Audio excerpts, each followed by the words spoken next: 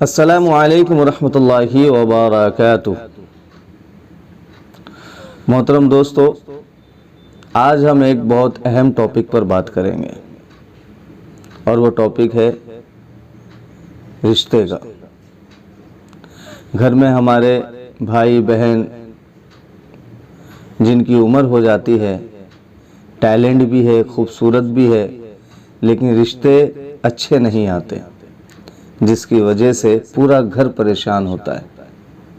और अक्सर लोग ये सोचते हैं कि ना मालूम किसी की बंदिश तो नहीं है, ना मालूम किसी की हरकत तो नहीं है। तो आज मैंने सोचा कि क्यों ना मैं इस पर एक वजीफ़ा आपको बताऊं, एक ऐसा अमल बताऊं जिसके करने से बड़ा बंदिश हो या किसी की हरकत हो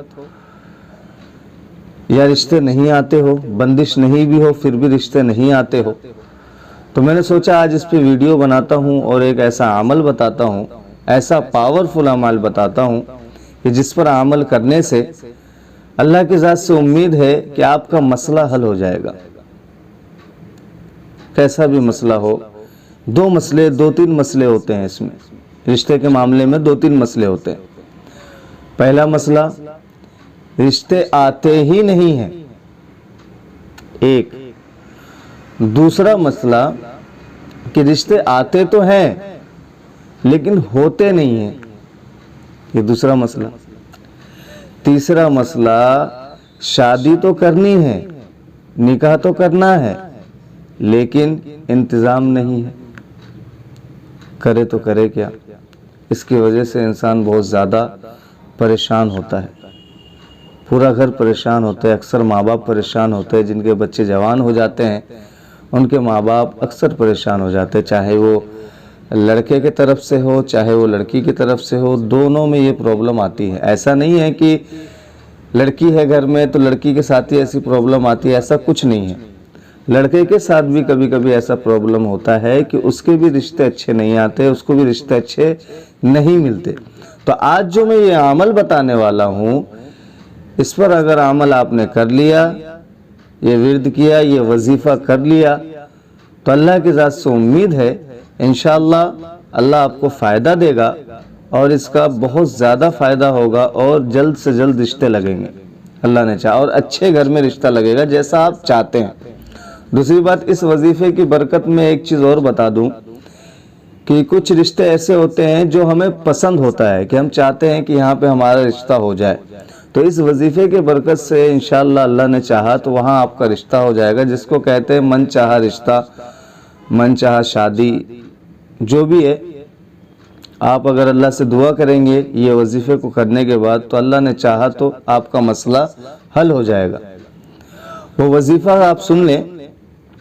सबसे पहले आप लोगों से गुजारिश है कि ये हमारा चैनल आप इसको सब्सक्राइब करें और इस वीडियो को ज़्यादा से ज़्यादा शेयर करें ताकि किसी हमारे भाई बहन का फ़ायदा हो सके और आपको सवाब दारैन हासिल हो। अब हम चलते हैं अपने अमल की तरफ। तो हमें करना ये है कि कुरान की एक छोटी सी आयत है जो बहुत मशहूर है, जिसको हम कहते हैं आयत करीमा। आपके स्क्रीन पे आ रहा होगा, ला इलाहा इल्ला अंता सुब्हानक इन्नी कुन्तु मिनज़ ज़ालिमीन।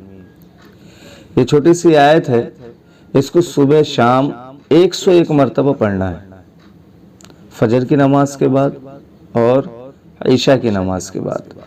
अगर आपके घर में लड़के का प्रॉब्लम हो तो वो लड़का खुद अमल करे, अगर लड़की का प्रॉब्लम हो, उसके रिश्ते नहीं आ रहे हैं या हो नहीं रहे हैं, तो वो खुद ही अमल करे, तो इंशाअल्लाह जल्द से जल्द अच्छे रिश्ते आएंगे। या फिर आप जहाँ चाहते हैं रिश्ता होना तो वहाँ भी रिश्ता इंशाअल्लाह आपका हो जाएगा, कोई अड़ंगे नहीं आएंगे।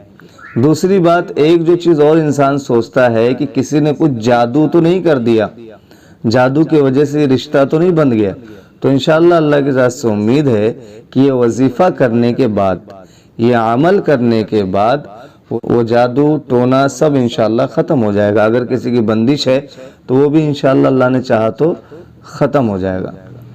तो ये वजीफ़ा आपको फजर के बाद और ईशा के बाद करना है 101 मरतबा। आगे पीछे दरूद इब्राहिम अव्वल आखिर जो हम नमाज में पढ़ते हैं इसको सिर्फ 3-3 मरतबा पढ़ना है और 101 मरतबा ला इलाहा इल्ला अंता सुब्हानका इन्नी कुन्तु मिनज़ ज़ालिमीन इसको आपको पढ़ना है।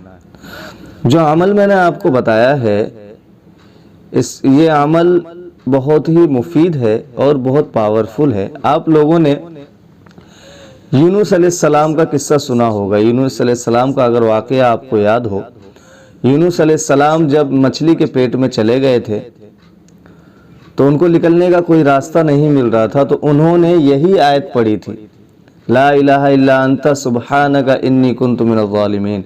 तो अल्लाह ताला ने इस आयत के बरकत से उन्हें मछली के पेट से बाहर निकाल दिया। ये आयत बहुत पावरफुल है। आप ये वाक़या पढ़ लेना, आपको खुद समझ में आएगा जो मैंने आज अमल बताया है ये कितना पावरफुल है। बशर्ते के आपका यकीन होना चाहिए और कुछ नहीं। चलिए दुआओं में याद रखिए। अस्सलामु अलैकुम व रहमतुल्लाहि व बरकातहू।